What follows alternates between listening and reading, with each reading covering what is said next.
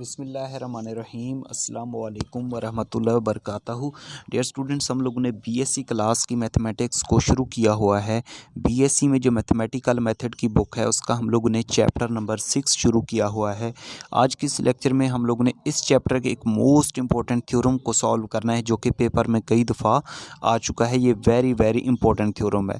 Theorem बहुत ही आसान है, इसकी स्टेटमेंट को समझें, ठीक है। उसके बाद हम लोग इसके प्रूफ को देखते हैं। इसमें कहते हैं कि लेट ए बी या n cross n matrix. n cross n का मतलब इसमें number of row number of column बराबर होंगे, तो इसका मतलब ये हुआ कि ये हमारे पास एक स्क्वायर मैट्रिक्स है। ए क्या है, हमारे पास कोई स्क्वायर मैट्रिक्स है। वो कहते हैं then A is invertible if and only if determinant of A is not equal to zero. वो कहते हैं अगर ए हमारे पास कोई इन्वर्टिबल मैट्रिक्स हो, ठीक है, अगर ए को इन्वर्टिबल मैट्रिक्स हो तो हमारे पास determinant is not equal to क्या होगा, ज़ीरो होगा। जब इफ़ एंड ओनली इफ़ की बात आ जाती है तो फिर हम लोग उसका कन्वर्स भी प्रूव करते हैं। मतलब अगर हमारे पास ए इन्वर्टिबल होगा तो determinant is not equal to zero होगा।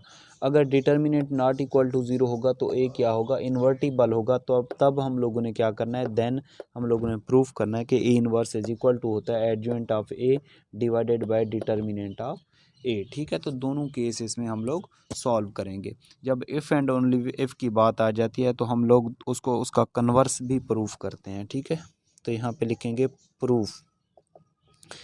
सबसे पहले वो कहता है कि अगर ए इन्वर्टिबल होगा तो determinant A is not equal to क्या होगा, ज़ीरो होगा। तो पहले हम लोग कहते हैं केस नंबर 1, हम लेट कर लेते हैं कि ए क्या है, इन्वर्टिबल है।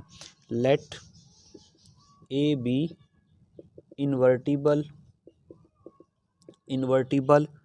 मैट्रिक्स, स्क्वायर मैट्रिक्स, क्योंकि n क्रॉस n है ना, स्क्वायर मैट्रिक्स, ठीक है। Then order n there exist square matrix B such that मतलब ये इन्वर्टिबल मैट्रिक्स की डेफिनेशन अप्लाई करें।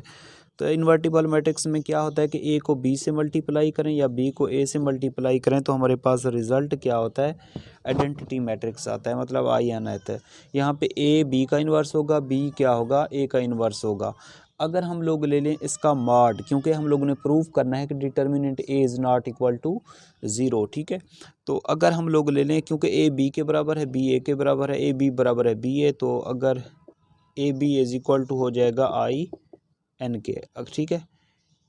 ए बी इज इक्वल टू क्या होगा, आई एन के इक्वल हो जाएगा। अगर हम लोग ले लें मॉड बात साइड, तो ए बी का मॉड इज इक्वल टू होता है आई आइडेंटिटी मैट्रिक्स का मॉड, ठीक है। तो देखें ए बी का मॉड क्या होता है, ए का मॉड और डॉट बी का मॉड, ठीक है। डिटर्मिनेंट की ये प्रॉपर्टी होती है। तो आइडेंटिटी मैट्रिक्स का मॉड ये आ जाएगा।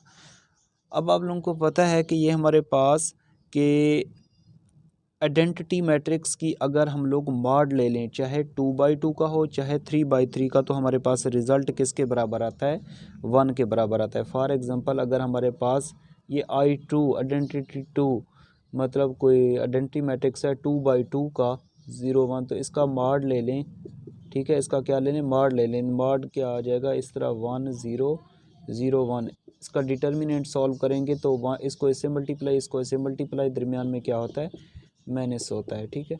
तो हमारे पास रिज़ल्ट क्या आता है, 1 के बराबर। तो इस वजह से मैंने लिख लिया 1, ठीक है। तो ए का डिटर्मिनेंट डॉट बी का डिटर्मिनेंट इज इक्वल टू क्या आया, 1 आया, मतलब 0 के बराबर नहीं आया। तो हम लोग इस वजह से लिखते हैं कि ए का determinant is not equal to 0 और बी का डिटर्मिनेंट भी क्या होगा, नॉट इक्वल टू 0 आया, मतलब 1 के बराबर आ गया, ठीक है। तो ये क्या हो जाएगा, determinant of A is not equal to क्या आ गया, 0 आ गया, ठीक है। ए का डिटर्मिनेंट को ऐसे भी लिख सकते हैं, determinant of A is not equal to 0। तो ये केस नंबर 1, तो इसका क्या हो जाएगा, प्रूव हो जाएगा, ठीक है। उसके बाद वो कहता है कि अगर ए का डिटर्मिनेंट नॉट इक्वल टू 0 होगा तो ए क्या होगा, इन्वर्टिबल होगा। अब उसका कन्वर्स प्रूफ करते हैं। तो यहाँ पे लिखेंगे केस नंबर ठीक है, केस नंबर 2 में हम लोग इसका कन्वर्सली प्रूव करते हैं। मतलब ये कि अगर हमारे पास determinant A is not equal to क्या हो, 0 हो, तो हम लोगों ने ये प्रूव करना है कि ए क्या होगा, इन्वर्टिबल होगा, मतलब ये वाली शक्ल आएगी। ठीक है, तो हम लोग लेट कर लेते हैं कि ए का डिटर्मिनेंट क्या है, नॉट इक्वल टू 0 है। ठीक है, तो हम लोग ये फार्मूला जानते हैं, वी नो दैट, हम जानते हैं कि A into adjoint of A, ठीक है, is equal to adjoint of A dot A is equal to किसके होता है, ए का डिटर्मिनेंट और आइडेंटिटी मैट्रिक्स nth तक। ठीक है, ये इसके बराबर होता है।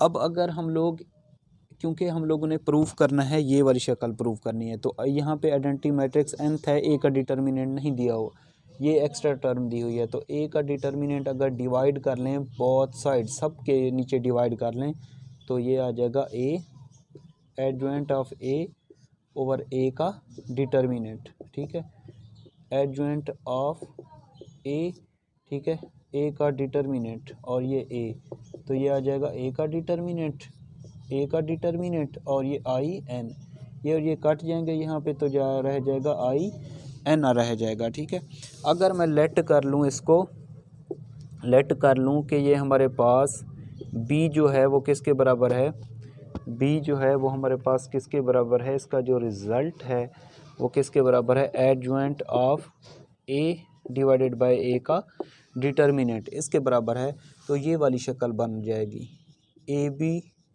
Is equal to B A is equal to I N. तो यहाँ पे क्या होगा कि हमारे पास यहाँ पे जो ए इन्वर्स, बी का इन्वर्स, ए का इन्वर्स क्या होगा, बी, और बी का इन्वर्स क्या होगा, ए होगा, तो इसका रिज़ल्ट किसके बराबर आ गया, आई एन के बराबर आ गया। ठीक है, तो ये क्या हो जाएगा, हम लोग यहाँ पे लिख लेंगे कि सो ए इज़ इन्वर्टिबल, ए क्या होगा हमारे पास, इन्वर्टिबल होगा। ठीक है, तो उसी लिहाज से अगर हम लोगों ने फाइंड आउट करना हो, ए इन्वर्स फाइंड आउट करना हो, क्या फाइंड आउट करना हो, ए इन्वर्स फाइंड आउट करना हो, तो उसका फार्मूला क्या होगा, adjoint of A, adjoint of A divided by A का डिटर्मिनेंट, ए का डिटर्मिनेंट इसके बराबर होगा, या इसको ऐसे भी लिख सकते हैं, एडजॉइंट ऑफ ए का डिटर्मिनेंट को लिख सकते हैं डिटर्मिनेंट ए। ठीक है, तो ये प्रूफ हो जाएगा, यहाँ तक लास्ट में लिख देंगे हैंस प्रूव्ड। ठीक है, ये इसका सॉल्यूशन। तो आई थिंक ये थ्योरम भी अच्छे तरीके से आप लोगों को समझ आ गया होगा। इसमें कोई भी कन्फ्यूजन हो तो आप लोगों ने कमेंट्स करके मुझे लाजमी बताना है। इंशाल्लाह नेक्स्ट लेक्चर में हम लोग इस एक्सरसाइज के, इस चैप्टर के मोस्ट इंपॉर्टेंट टॉपिक और मज़ीद सॉल्व करेंगे। अपना ख्याल रखिएगा, दुआओं में याद रखिएगा। अल्लाह हाफिज़।